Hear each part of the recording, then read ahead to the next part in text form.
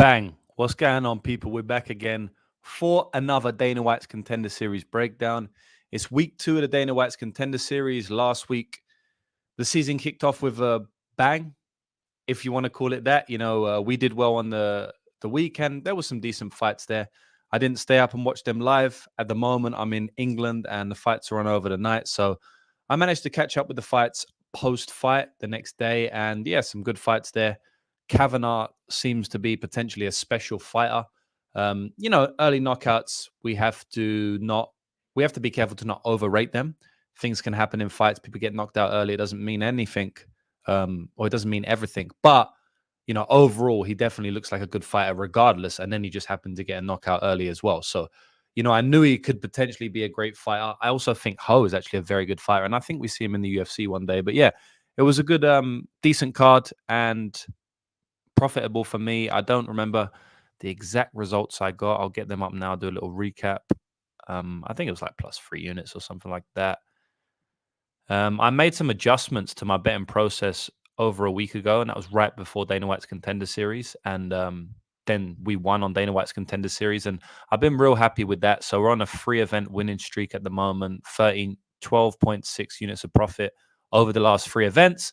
And a lot of that is based on the little adjustments I made. And, for anyone wondering, this can definitely help you in your betting process as well.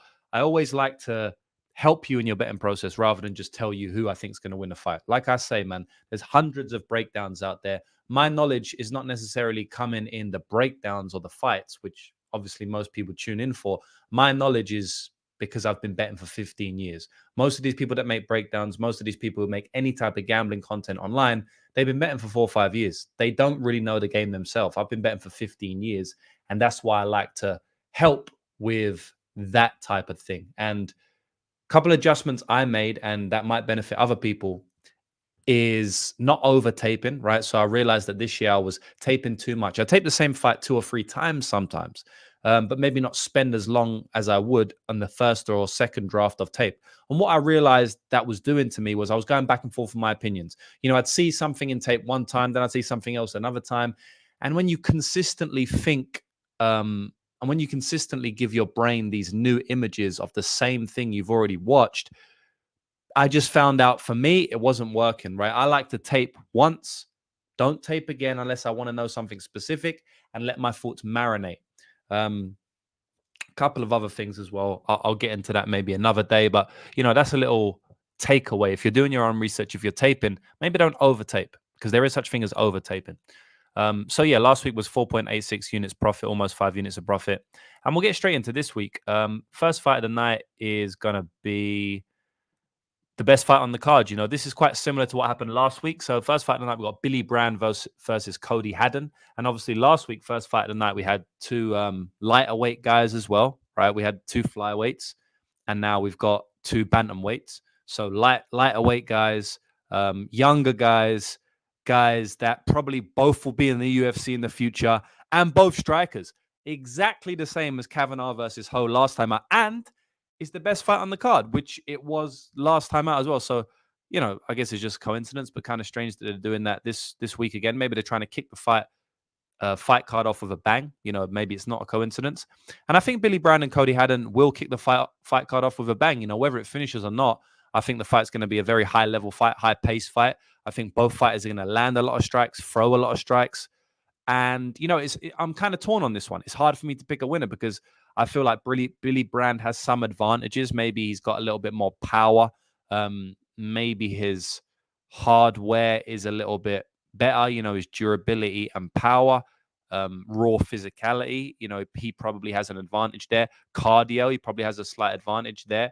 So those type of things, I think he has an advantage. But Haden is probably more of a slicker striker. I think he sets stuff up a little bit better. I think Billy Brand has these combinations that he kind of works on time and time again, and he throws them in fights, and they're very good. But Haden seems to read the game a little bit better in the striking, so he can probably adjust on the fly a little bit better than Billy Brand can.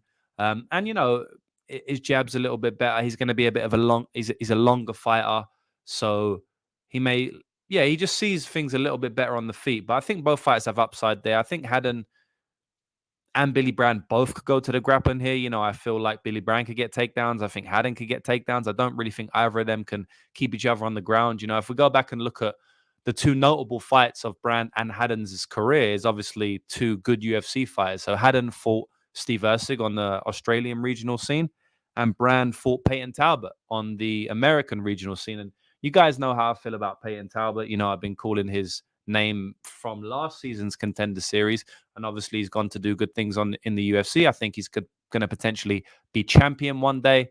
I've been saying that for over a year now. And Billy Brand fought him very closely. It was a very good fight. It was a back and forth fight. Brand took some crazy punishment. Most fighters in the world at that weight division could not take the punishment that Billy Brand took that night, right? So that is definitely saying a lot about his durability, also his will to win, his dog mentality. I mean, Peyton takes you into deep waters and breaks you. Peyton's mind, his hardware is unmatched in that regard. And man, Brand was matching him. I'll tell you that now. And then we look at Cody Haden. Man, he gave Usyk all he could get. He could have won that fight. It came down to round 3, and Haden basically gave up position. He gave a back take. It was a strange position. He was kind of pinned down to the mat, and Usyk ended up winning the fight based on that. But that only happened like a minute or two left in the fight. If there was a slight difference in sequencing or momentum shift, then Haden would have won that fight and have a win over Steve Erceg and be undefeated. So I think both of these fights are very high level. Both of them have, well, when I say very high level for the Contender Series, right? I don't think they're going to be champion, but I think both of them have potential top 15 potential. Bantamweight is a very, very tough division, but it wouldn't surprise me if after 3 or 4 years, these guys get their game going, because they're not that old, and, manage to make it to the top 15 or something. I think that's definitely possible. I mean, we've seen what Usyk done. The guys could be champion, and Haden fought him in a 50-50 fight, honestly. So, yeah, I think you maybe make Haden minus 125, minus 115. Pick'em is about right. I think Haden has a little bit more upside, like a couple of % more upside, but I wouldn't make him minus 170 where he was. I wouldn't even make him minus 160 where he is right now. I think the line should be a little bit tighter. I think both fighters have outs to win this fight. Next fight of the night, we got Cam Roston versus Torres Finny. And maybe I'm going off the wrong. This might not be the actual order, but I'm just going to go off the Bet365 order. So yeah, Cam Roston versus Torres Finny. Torres Finny coming back to the Contender Series after his. So this is going to be a second attempt. So I'm just getting the odds up here. It's going to be the second attempt at the Dana White's Contender Series for Torres Finny. In the first fight, last time he came on the series, he won. He won by rear naked choke. It wasn't a great performance, honestly. He got rocked in round 1, potentially lost the round 1 via damage. He was kind of getting hurt a little bit in round 1. I do feel like, like he's never been beat, right? He's got a 6-0 amateur record, 8-0 pro record, something like this. This is all off the top of my head, boys. But it's around that. I'm guaranteeing he's 8-0. But he's around 6-0 amateur or something. So the guy's never been beaten. He's fought up at 205. He's 5 for 8, and he's fought at 205 pounds. I mean, it's unheard of. And one thing I will mention is that I've seen a lot of reports lately on Twitter that Cam Roston is 6'2", and he's fighting Torres Finny, who's 5 for 8. Well, that's not correct at all. I don't know why people keep saying 6'2". I think he's probably listed as 6'2", and people keep repeating it. But Cam is as tall as me, if not a little bit taller, and I'm 6'4".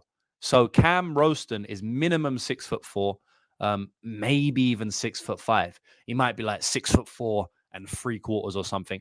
He's 6'4" at the minimum. So he's not 6'2", but not that it's going to make much difference. But I have heard a lot of people say 6'2" against 5'8", which is not correct, right? He's 6'4", so that's a massive, massive height advantage for Cam here.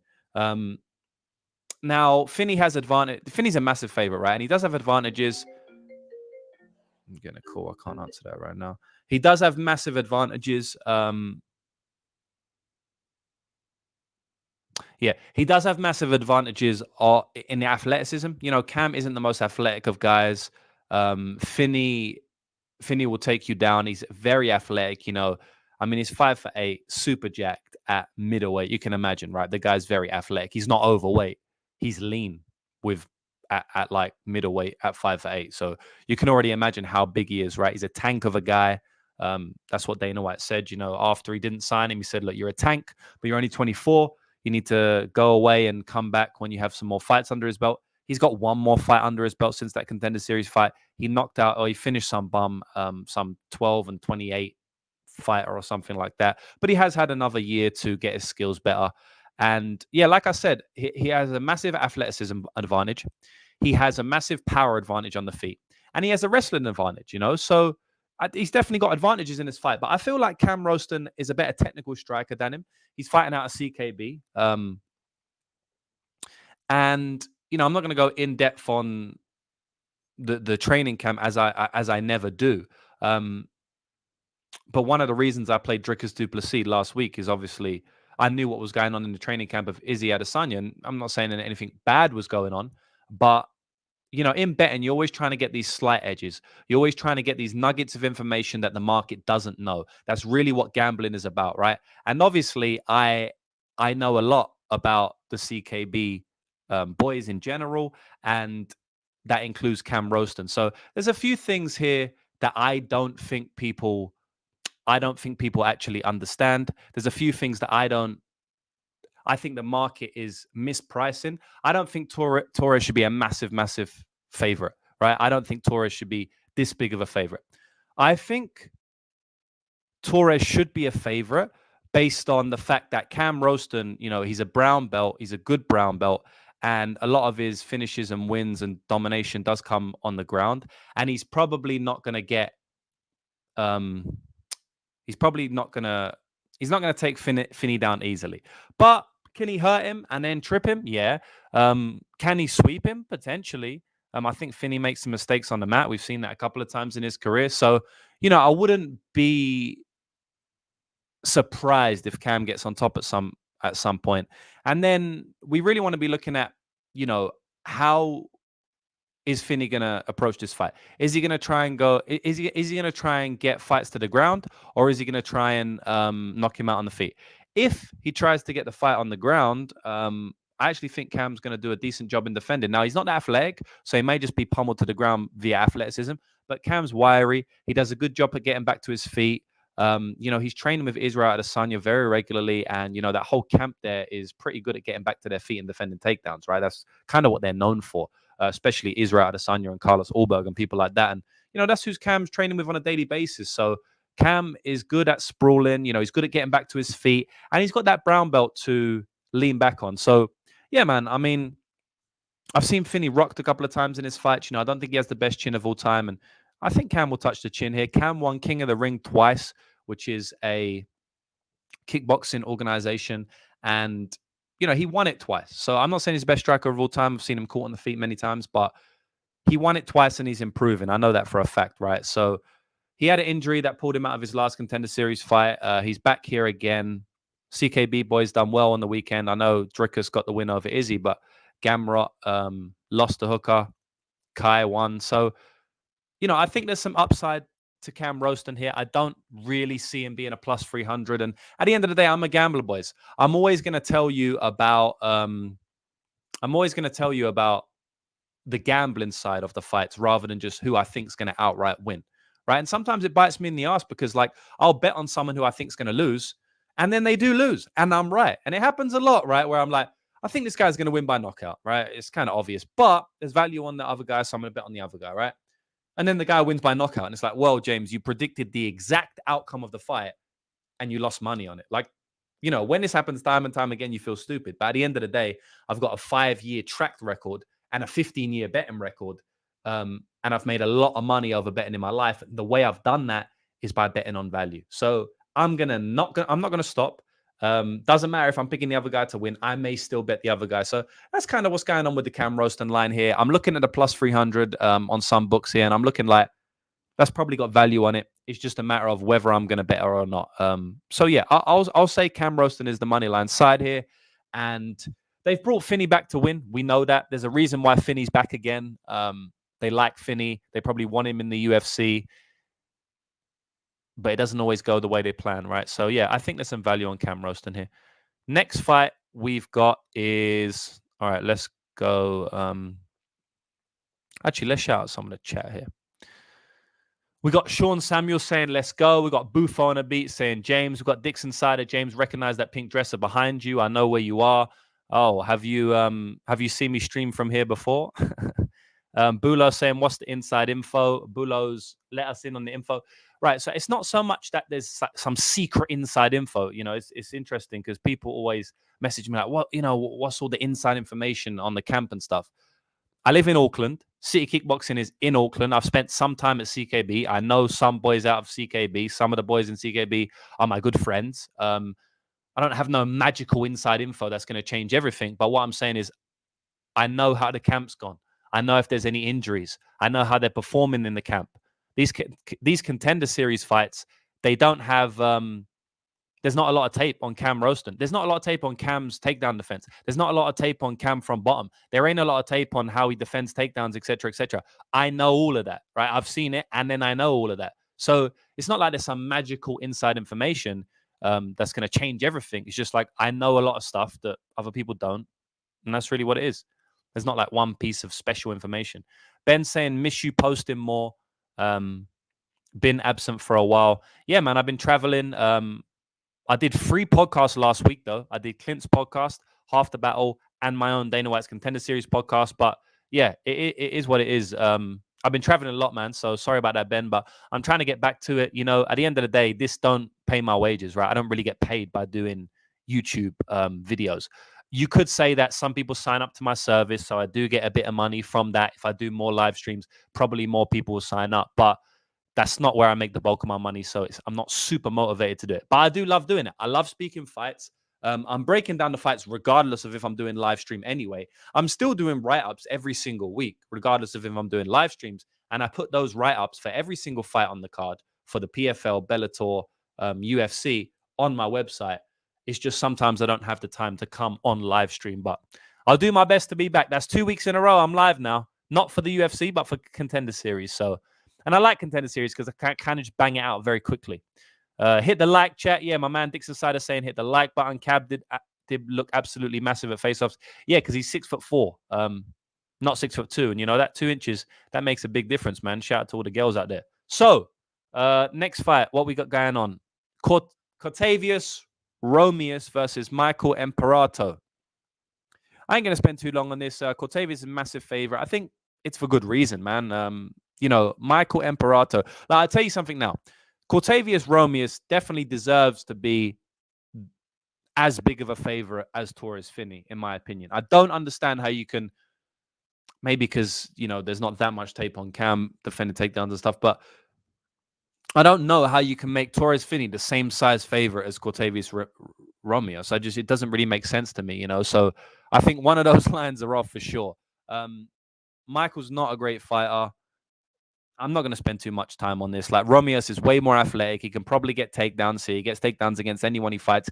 Even if he falls off the back and maybe he gets taken down because Emperado will go for the takedowns, Romeus can probably threaten with triangles like he always does in every fight, threaten with arm bars. He's got many arm bars, reverse position. Romeus can hurt him on the feet, knock him out on the feet, and he can sub him on the ground. So I think he's going to have to make a big, big mistake to get caught here or to get beat here, just like he did when he fought Roman Tavares in the Contender Series there. You know, the mistake was probably not shooting earlier, but shit can happen. It was very early in the fight, and obviously he got caught. It was a bit of a madman. He came out like a madman, but it is what it is.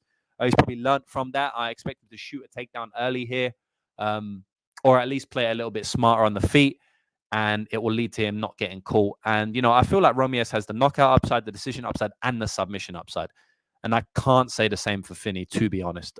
So, yeah, I agree with Romeus being a big favorite here. I think he probably gets it done inside the distance. I'm a bit surprised to see his KO line at -110 and then his submission line at +375. I'm definitely surprised to see that because I'll tell you something now that, you know, I just don't agree with that. Yeah, okay, Emperado, you know, maybe he's a decent grappler himself, but man, I definitely don't. I don't think that the inside the distance lines should be that wide apart, right? Like if you want to make KO minus 110, then in my opinion, you got to make submission plus 170. You don't make submission plus 375. So I think that's ridiculous. So, you know, it is what it is. That's my opinion on the fight. Next fight is Rizvan Kunayev versus Hugo Kuna. Yeah, I'll get onto that fight in a minute. Let me just do some. My man Blunt Force MMA in the chat saying keen for more contender series. I like contender series, man. Look. It's 20 minutes and there's 2 fights left. I like that a lot. I can just smash it out. Early morning breakdowns, baby. Let's go. Yeah. So for me, it's not early morning, 20 to 2 p.m. And man, shout out to 324 live viewers here because I didn't think we'd have that many people in. Obviously, a lot of people are asleep right now, but obviously, hopefully you guys watch it when you wake up. But I know most of the America is asleep right now. Bulo saying for me that info is key. I had inside info on DDP's team CIT and bet on a bum from their gym to lose to a 6-5 fighter in the EFC regional. I knew the guy would lose because the team was in Oz. Yeah, it's definitely key. You know, more what I'm saying is there's not one piece of key information, right? I just know like a bunch of shit about the camp and it does help. Cam money line locked in. Let's go, man. Let's go. The line's wide. The line's wide. He could get caught with an overhand early. You know, Cam's a tall guy.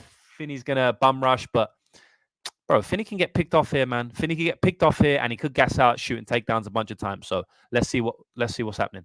What's up, Lucrative Mystic? What's up, bro? Emperado one fluky win his last 4 fights. Yeah, exactly. Bang, where the head is Jet Li been? Who's Jet Li, bro? Emperado will probably look to grapple. Yeah, exactly. And I think he'll get reversed there. Cortavius is a bona fide dummy. I agree. He admitted himself after his last Dana White's Contender Series that he made it personal, decided to bang with Tavares. Yeah. Now he dives headfirst into a grappling. Yeah, maybe. You know, that's Emperado's win condition, right? Some dodgy mistake from Romeus, and then he just gets a submission or something. Is betting my main source of income? Most certainly. I bet on many sports. I bet on 6 different sports at the moment, maybe 7. I'll have to add them all up. And yeah, if you add all of those up, that's definitely my main source of income. But I do have many other sources of income now. At one point in time, like 2-3 years ago, my entire income was betting. But I won a lot of money. I invested a lot of that money. And I get paid from many other things right now. I didn't expect to wake up and hop on a YouTube and you be live. Yeah, bros, because yeah, half the side of America should be up if they have jobs. Okay, man, I don't know what's going on. All right. What we got going on here? All right, next fight is, yeah, like I said, Kunayev versus Hugo Kuna. Kunayev, biggest favorite on the card, and I agree with the odds. I do think he should be minus 600 range, to be honest. Yeah, I mean, I don't really see what Kuna's going to do. I don't think he's going to be able to get Kunayev down, which he will go to in fights because I feel like Kunayev is a better wrestler than him. You know, maybe he gets him down once or twice, but I don't believe that he's going to be able to consistently get him down. And if he does get him down, I don't think he's going to finish him. So basically, he's going to need to consistently get him down. Obviously, they're heavyweights. If he does manage to get a takedown, he could potentially stay on top and it be around. You know, they are heavyweights, but Kunayev's better in the wrestling. He's probably better with the jiu-jitsu. He's better striker. Kunayev's going to dictate where the fight plays out because he's a better wrestler. And on the feet, he's better. So he's probably going to win the striking versus Kuna. If he wants to take Kuna down, he probably can get him as well. Maybe not in the first round, but second round, third round, I believe he starts to get tired a little bit. And, you know, once he starts to get tired, shit obviously goes downhill. Shit goes wrong. So, yeah, I think Kunayev's going to win this fight. Do I think he's going to win it inside the distance? I think he's going to win it inside the distance. I think he's going to win it late. I think he's going to do exactly what he did in his last Contender Series fight, which is finish the fight in the 3rd round. If I'm not mistaken, that was round 3 finish. And I think that's what's going to happen here. I think Kunayev's going to get a round 3 finish. At the moment, round 3 is plus 650. If you want to be a little bit more safe and go round 2 as well, it's like plus 400. I think you can get plus 400 and plus 650. You can round it out about plus 500 overall for round 2, round 3 finish. I think that's pretty solid. I do see Kuna gassing quite heavily in this fight. And I think that Kunayev, he is a good finisher because he's actually got a good gas tank for such a big heavyweight. And he keeps coming. He keeps landing shots. He's not going to fuck off. He's always putting the pressure on. He doesn't fight from the outside. And he's actually quite athletic for a fat guy. Like, he'll do spinning wheel kicks to the head. And I've seen him knock people out on the feet and on the ground. From the ground position, he has some good top control. He has good elbows, good strikes. He's got decent wins on his record. So I think Kuna for sure is a UFC level fighter. And I can't really say the same for Kuna. I mean, he probably is because heavyweight division is so sparse, but he's a very low level UFC fighter, whereas Kunaev's actually probably going to be in the top 10. Kunaev's one of those fighters, he could get probably a top 5/top 10 win on his first or second fight in the UFC. That's how bare the heavyweight division is. And Kunaev's not this best fighter in the world, but he's got a good skill set enough to win this fight cleanly and honestly to probably cover -500 or 600. It is heavyweight. He could get knocked down or something like that. But yeah, I think Kunaev covers his line. I think Kunaev eventually finishes him. I wouldn't be massively surprised if it goes to decision. I will just say that now. But I do think he finishes him late in the fight. Maybe very late round 2 or middle of round 3, something like that, once Kuna gasses. I wouldn't be surprised to see like a close-ish fight in round 1. Maybe there's a lot of clinch control, cage control. Kunaev gets the better of it a little bit. It's not a dominant round for either, but I think the longer the fight goes, Hugo's going to start to gas and doubt himself, and that's why Kunaev will take over like he does in most fights. Next fight is the main event. Gustafsson versus Pitlick. I don't know why they're making this the main event. It's kind of strange because, it's definitely not the highest level fight on the card. I don't think any fighter has good upside in the division. So, yeah, it's just strange that they're making it the main event, but it is what it is. Even at least last week, you had Wes Schultz versus the other dude, Malik. And obviously, Malik was unproven. We didn't know much about him. But we could see that he may have big potential in MMA, right? He was a young guy. It kind of reminds me of Impa Sangana, So someone who came into the UFC off the Contender Series at like 4-0, 5-0, but very athletic, hits like a brick. He could be very good fighter, right? Even though we don't know about him. I don't really see Gustafsson or Pitlick doing much in the UFC. Gustafsson has more upside. He's a bit younger, 33 to Pat's 35. And, he probably hits a bit harder. He's a bit more durable, it seems. But yeah, it's probably a dog or pass in the main event here. We got Pitlick at Pitlick at +200. He had 2-year layoff because of a back injury, and then he came back and got 2 first-round finishes over guys that are not very good. And now he's in the UFC at 35 years old, coming from Canada. I don't really see what the UFC are doing with this guy. I don't think they want him in the UFC, to be honest. I don't think he's being brought in to win here. And they do bring fighters in that they want to be in the UFC. Otherwise, they wouldn't bring him in, right? Like the whole point of the Contender Series is to get fighters who are going to be exciting into the UFC to build that next crop, right? So by definition, Dana White's Contender Series, Sean Shelby, the fighters that recruit, the people that are recruiting, the matchmakers that are recruiting fighters are looking for fighters that are exciting and that are going to be good additions to the UFC. And Pitlick doesn't really look like one to me. Gustafsson does look like it a little bit more, but even then, not so much. Gustafsson very hittable on the feet, but he probably hits a little bit harder.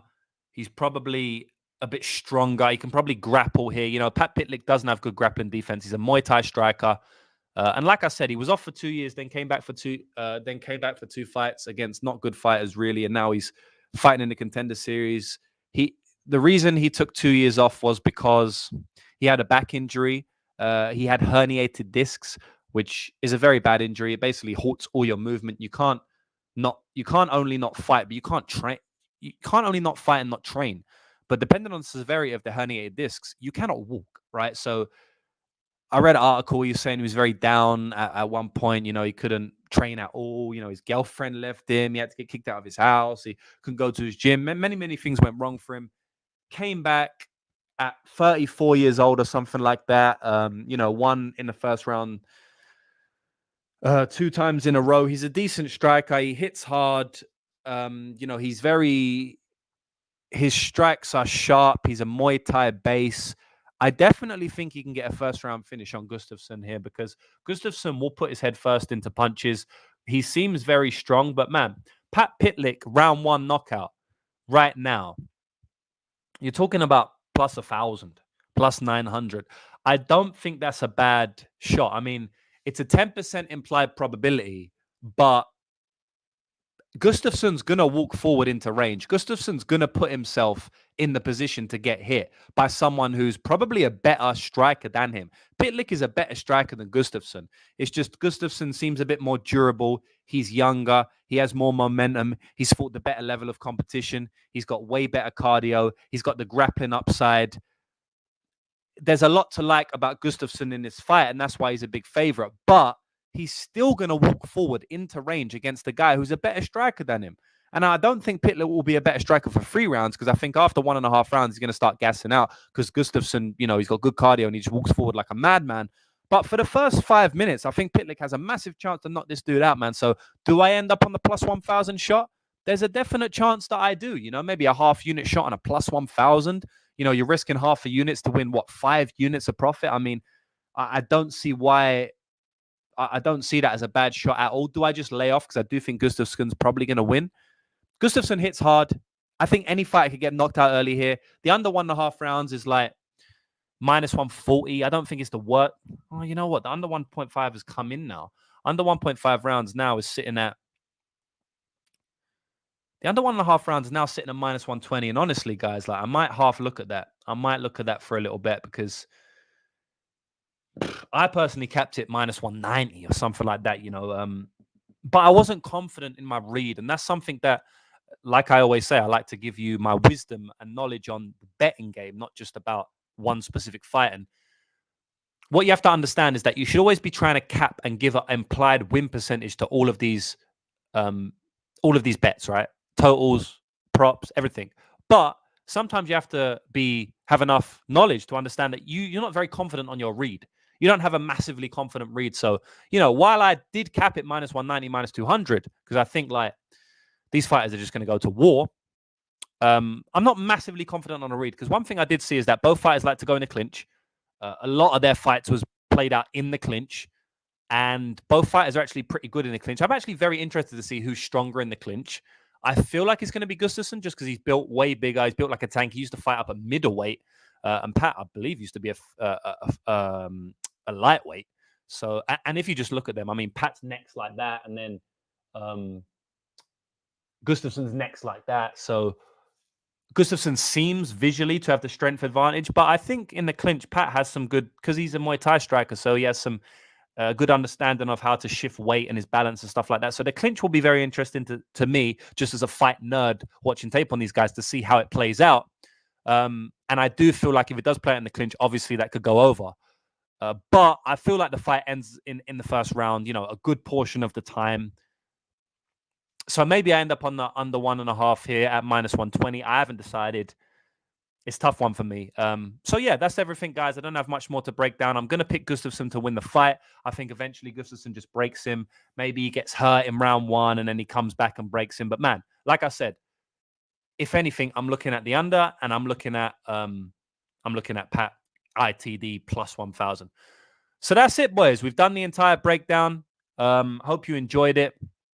33 minutes, banged it out of the park. Oliwajan Dream is dying. I can't remember what I said or what someone said. Size discrepancy is insane. You're right.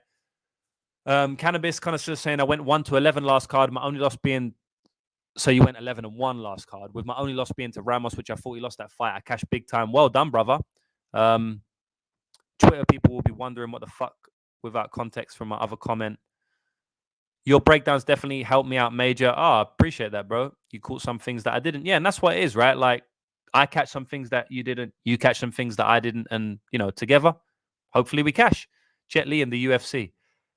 Here, my crew got started this morning, tuned in. Couldn't I have looked in worse shape than Jake Collier? Flab all over the place. Yeah, I did see that. I didn't look great at weigh-ins. At heavyweight, it's kind of hard for me to know what that means. Got Haden at plus 100. That's a good line, bro. You smashed it there. At the end of the day, you done your job, man. You definitely done your job. Are you worried that Brown was able to take Talbot's hardest shots? I think he definitely hits hard in Usyk, so it worries me a bit. Are you worried that Brown... Why would I be worried? Oh, you must be talking about to this guy. What we got going on? Gustafsson previously middleweight, with this fight at welterweight too. Yeah, exactly. James, I fell in love with Pitlick's wife, blue eyes, on the latest episode of Dana White's Contender Series. I didn't see that, bro. I didn't see his wife's blue eyes. Even though if I saw Pitlick, I didn't see his wife's blue eyes. I low-key up Gustafsson, Merckx, Paxark, and Maria. I'm moving to Sunnyvale Trailer Park in Canada. Damn, I need to check her out now if she's that good. Dixon, what? Don't be preying on the man's wife. Yeah, man, you can't be doing that, bro. Are you betting the Cam money line? Well, I did a whole breakdown, bro. So, you can just listen to that breakdown. I spoke about that fight for like 15 minutes. Got to read between the lines. Gustafsson going to start fast. Think it ends in 1 or 2. I agree, man. I think it ends in 1 or 2. And when you're talking for the under 1.5 at minus 120, it's like if you're saying it ends in 1 or 2, you know what I mean? Like they're giving you, they're saying 50% of the time, it basically, right, let's say they're saying about 40% of the time, it ends in 1 or 2, right? Because under 1.5, is it really going to end in this latter half of round 2? Is possible, but we've got 7.5 minutes versus that last 2.5 minutes, and minus 120 is about what, a 47% implied or something. So we'll give 7% to the last 2.5 minutes and say 40% of the time they're saying it ends under 1.5. And you're saying, how much percent of the time? You're probably talking about 80% of the time or something, right? So it could be a massive, massive edge there. Yeah, I kind of think it ends as well. Thanks for that, Alpha James. Best of luck today. Best of luck to you, brother. You asked who Jet Li was. I know who Jet Li is, but I thought it maybe like someone had a nickname called Jet Li or something. Parlay Madness this week. I don't know, man. I don't know. We'll see if I got time for that one, brother. Did you see Road to UFC this Friday, James? Fuck, I didn't even know that. I better get onto that. Bang. Bang, what's up, my man Cameron 13? Let's cash, let's go. That's it, boys. I'm off now. And yeah, maybe I'll be back in a couple of days, Parlay Menace, if I got time. But there's a lot going down this week, boys. A lot of events this week again. And I've only just got to the UK 1 week ago. So a lot of shit's popping off. I've got a lot of family to see. I've got a lot of friends to see that I haven't seen in 2 years. So yeah, we'll see. I don't know. Those Parlay Menace streams going on for fucking 2.5 hours, man. So yeah, I don't know. We'll see. We'll see what happens. But yeah, good luck to everybody tonight. Peace out.